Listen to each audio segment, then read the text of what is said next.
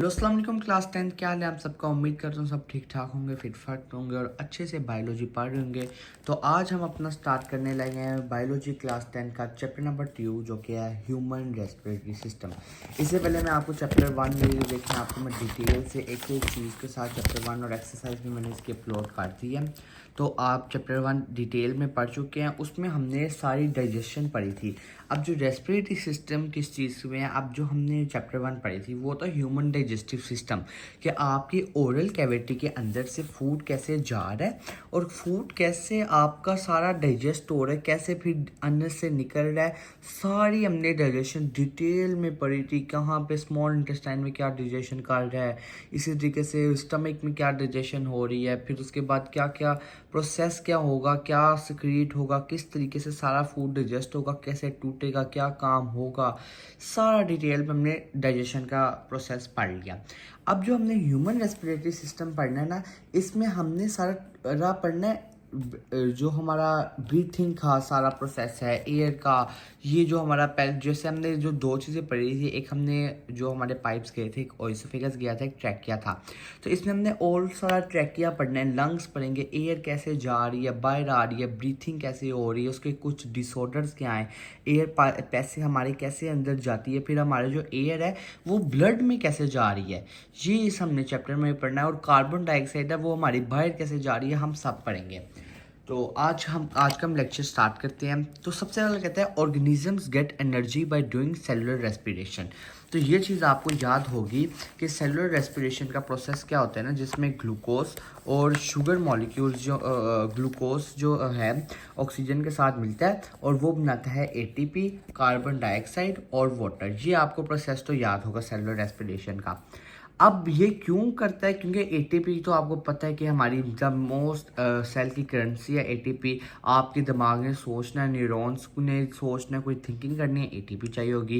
ये आपके मसल्स हैं, उन्होंने कॉन्ट्रैक्शन करनी है, उसके लिए एटीपी चाहिए होगी। तो हर चीज़ के लिए जो है ना आपकी एटीपी ज़रूरत है। हमें पता है हर चीज़ सेल से मिल के बनी हुई है, तो आपकी हर चीज़ के लिए एटीपी मस्ट इंपॉर्टेंट है। तो वो यही कह रहा है कि जो ऑर्गेनिजम्स हैं वो एनर्जी लेते हैं सेलुलर रेस्पिरेशन से, मतलब एटीपी जो बनता है उससे। कहता है it is the process in which cells oxidised food glucose and get energy. क्या कहते हैं कि इस प्रोसेस में ऑक्सीडेशन का हमने पढ़ा था ना, ऑक्सीडेशन रिडक्शन प्रोसेस। तो ऑक्सीडेशन में क्या है कि जो सेल है वो ग्लूकोज के साथ मिलेगा, ग्लूकोज है वो ऑक्सीजन के साथ मिलकर ये हमारे पास सेलुलर रेस्पिरेशन का सारा ये देखेंगे, ये सारा जो प्रोसेस है वो करेगा। अब उसके बाद कहता है for this purpose organisms need to carry oxygen to the cells and to remove carbon dioxide from the cells. कहता है इसके लिए ना सेलुलर रेस्पिरेशन कैसे होती है, अब हम इस चीज़ को समझते हैं। अब हम गैसियस एक्सचेंज समझते हैं। क्या कहता है कि अगर इस पर्पस के लिए ना इस चीज़ के लिए क्या चीज़ होना ज़रूरी है कि और जो हमारा ऑक्सीजन है। अब आपको पता है कार्बन डाइऑक्साइड, अब ये देखें हमारे पास जब ये हमने किया ऑक्सीजन से ग्लूकोज हमने बनाया तो हमारे पास कार्बन डाइऑक्साइड बनी, ये वाटर बना और एटीपी बना। अब जो हमारे पास ऑक्सीजन है, ऑक्सीजन तो हमारे पास काम किया है, और जो है एटीपी हमारे पास काम किया, एटीपी से हमने और रिएक्शंस करने हैं। ऑक्सीजन भी हमारे पास काम की चीज़ है, ऑक्सीजन आएगी तो हमने ग्लूकोज तोड़ना है ना, जो हम पढ़ चुके हैं ग्लूकोज तोड़ेंगे फिर ऑक्सीजन बनती जाएगी, ये काम होता रहेगा सेलुलर रेस्पिरेशन का। लेकिन कार्बन डाइऑक्साइड जो है ना वो हमारी कोई काम की चीज़ नहीं है, इसने हमारे कोई काम नहीं आना। तो इसको हमने अपनी बॉडी से बाहर निकालना है और ऑक्सीजन को हमने अपनी बॉडी के अंदर लेके आना है। अब जो प्रोसेस है जिसमें हमने जो है ऑक्सीजन को ब्लड के अंदर लेके जाना है और कार्बन डाइऑक्साइड को बॉडी से बाहर लेके जाना है, उसे हम कहते हैं गैसियस एक्सचेंज। मतलब अगर हमारा एक जो है ना सेल, इसमें आगे हम डिटेल में ये सारा पढ़ेंगे। यहाँ पे जो है ये एक्सचेंज में आपको थोड़ा सा ओवरव्यू यहाँ से दे देता हूँ इसका।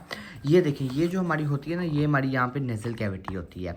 इधर से हमारा सारी जो है ना एयर उसने पास करना है। फिर हमने पढ़ा था दो पाइप्स होंगे, ट्रैकिया और विंड पाइप। अब जो ट्रैकिया है ना, उसने ट्रैकिया ने ना, ये हमारा सारा ट्रैकिया है, ये सी शेप कार्टिलेज के टाइप का होता है। इसने दो चीज़ों में बांट जाना है। एक हम दो चीज़ों में ना इसने मतलब दो ट्यूब्स इसने बना देनी है, उन्हें हम कहते हैं ब्रोंकाई। मतलब सिंगल अगर वो कहेंगे तो ब्रोंकस कहेंगे। तो दो ट्यूब्स ने, अब इन ब्रोंकस ने भी ना आगे डिवाइड होते रहना है और ब्रोंकियोल्स बना देनी है। है। और फिर ब्रोंकियोल्स ने भी नहीं रुकना, ब्रोंकियोल्स ने भी डिवाइड होते रहना है और बना देनी है एल्वियोली। अब जो वो कह रहा है ना गैस्ट्रिशियस एक्सचेंज का प्रोसेस, वो होता है आपके एल्वियोली में। अब एल्वियोली का स्ट्रक्चर आपको समझना जरूरी है इस काम के लिए। एल्वियोली क्या होता है ना, ऐसे ये पाउच गुच्छे से नहीं हो जाते, तो वो गुच्छे से, ऐसे गुच्छे टाइप से ना आपका जो है ये सारी जो है ना ये बना देता है।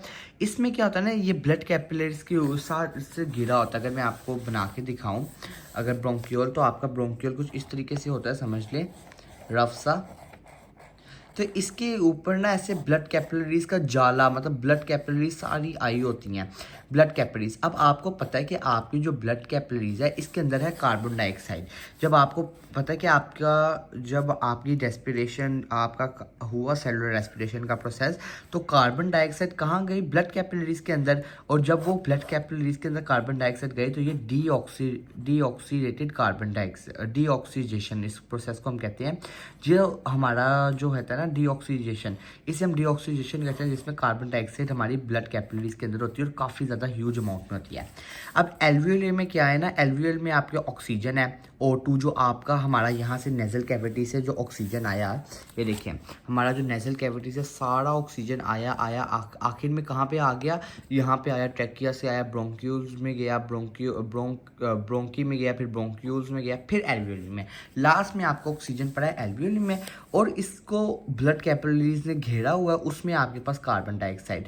तो इधर क्या होगा ना, जो ब्लड कैपिलरीज से कार्बन डाइऑक्साइड है वो एल्वियोली में जाएगा, और ऑक्सीजन ब्लड कैपिलरीज में आएगा, ये इसमें जाएगा और ये इसमें आएगा, और ऑक्सीजन जो है वो आगे जाके फिर रेस्पिरेशन करेगा, और कार्बन डाइऑक्साइड इस तरीके से आपकी बॉडी से निकल जाएगा। इस प्रोसेस को हम कहते हैं गैसीशियस एक्सचेंज। तो उम्मीद करता हूँ आपको ये समझ आया होगा। इसे हम बुक से पढ़ लेते हैं। कहता है gaseous exchange is the process in which oxygen present in the inhaled air in lungs, मतलब जो इन लंग्स में प्रेजेंट होगा ना, इनहेल्ड एयर, जो आपने सांस ली, सांस लेते हैं इनहेल की एयर, लंग्स के अंदर जाके कहाँ पे, एल्वियोली के अंदर लास्ट में प्रेजेंट होगा, मूव्स इनटू ब्लड, वो जाएगा ब्लड के अंदर, ठीक है। And carbon dioxide move from blood into the air, और कार्बन डाइऑक्साइड जो है वो ब्लड से एयर के अंदर, मतलब ये यहाँ से एल्वियोली से बाहर चले जाएगा, air to be exhaled. For gaseous exchange animals do breathing. Breathing क्या है, आपका सांस का अंदर और बाहर जाना, मतलब मैंने सांस ली और छोड़ी, इसे कहते हैं हम ब्रीथिंग। तो अब ब्रीथिंग अब कर लेते हैं। तो जो सेलुलर रेस्पिरेशन क्या है, उसमें तो हमने सेलुलर रेस्पिरेशन में पढ़ा ऑक्सीजन ग्लूकोज बना के एटीपी बनाएगा, और ये दोनों प्रोसेस सेम नहीं है, सेलुलर गैसीशियस एक्सचेंज और ब्रीथिंग के। गैसीशियस एक्सचेंज में तो ये जा रही है और आ रही है ना, ब्रीथिंग में हमने बस सांस लेनी है और छोड़नी है, ये हमारा काम है। कहता है breathing is the process in which animals move air in and out of their body, सांस ली और छोड़ी। It is done to get oxygen from air and to release carbon dioxide. ये हमें पता है कि हमने ब्रीथिंग क्यों करनी होती है, ऑक्सीजन को हमने लेना होता है, और कार्बन डाइऑक्साइड क्योंकि हमारे पास अननेसेसरी हमें नहीं चाहिए, तो उसको छोड़ना है बाहर। Breathing and respiration are not the same process. कहता है ब्रीथिंग और रेस्पिरेशन सेम चीज़ें नहीं है, ये सेम प्रोसेस नहीं है, क्योंकि ब्रीथिंग में तो हमने सांस ली और बाहर छोड़ी, रेस्पिरेशन में तो पूरा प्रोसेस हुआ। Respiration is a chemical process while breathing is a physical process. Respiration तो कह रहा है कि केमिकल प्रोसेस है, इसमें तो हमने ऑक्सीजन लिया, ग्लूकोज लिया, एटीपी बनाई, कार्बन डाइऑक्साइड बनाया, H2O बनाया, लेकिन ब्रीथिंग तो हमारा नेचुरल फिजिकल प्रोसेस है, हमने सांस लेनी है और छोड़नी है। Breathing helps in gaseous exchange. Breathing कहता है गैसीशियस एक्सचेंज में हेल्प करती है। क्यों? ब्रीथिंग होगी तो हमारी गैसीशियस एक्सचेंज होगी ना। अगर हमारी ऑक्सीजन हमारी बॉडी के अंदर आएगी नहीं, तो कार्बन डाइऑक्साइड ही नहीं बनेगी, और कार्बन डाइऑक्साइड ही नहीं होगी तो गैसीशियस एक्सचेंज कैसी होगी। And in turns help in respiration, उसके बाद रेस्पिरेशन में भी हेल्प करती है। ये चार्ट बहुत मजे का, आप ये समझ लें तो आपको ये सारा टॉपिक समझ लग जाएगा आज का, कि एयर आपके अंदर आई लंग्स के अंदर, और यहाँ से एयर आपकी बाहर निकल गई। जब आपका सारा कुछ हो गया ना, एयर आपकी ऑक्सीजन अंदर आई और आपने ब्रीथिंग में सांस ली तो एयर अंदर आई, और सांस छोड़ी तो एयर बाहर गई। कहता है oxygen is taken from air, oxygen जो है वो एयर से ले लिया जाएगा, और oxygen is transported to cells, आपको पता है, फिर ऑक्सीजन सेल्स की तरफ ट्रांसपोर्ट कर देगा, और oxygen is use to oxide. अब यहाँ पे कार्बन डाइऑक्साइड क्या हुआ, कार्बन डाइऑक्साइड यहाँ से एयर से रिलीज हो जाएगी, कार्बन डाइऑक्साइड पहले लंग्स में जाएगी, आपको पता है ब्लड कैपिलरीज के जरिए।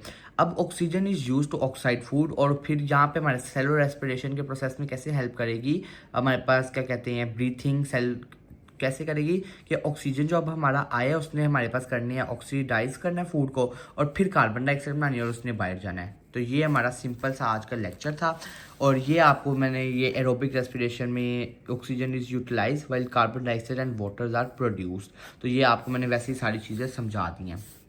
तो उम्मीद करता हूँ आपको आज का लेक्चर अच्छा लगा होगा। अगर आज का लेक्चर अच्छा लगा तो आप मेरी वीडियो को लाइक करें, चैनल को सब्सक्राइब करें और नेक्स्ट टॉपिक में हम ह्यूमन रेस्पिरेटरी सिस्टम कंप्लीट करेंगे। इसमें हम एयर पैसेज को सारा करेंगे, ब्रोंकियो यहाँ तक हम ब्रोंकियोज एल्वियोली सारा पढ़ेंगे। तो नेक्स्ट लेक्चर भी जल्दी आएगा। तो फिलहाल आप चैनल को सब्सक्राइब करें और स्टे ट्यून रहें। तब तक के लिए अल्लाह हाफिज़।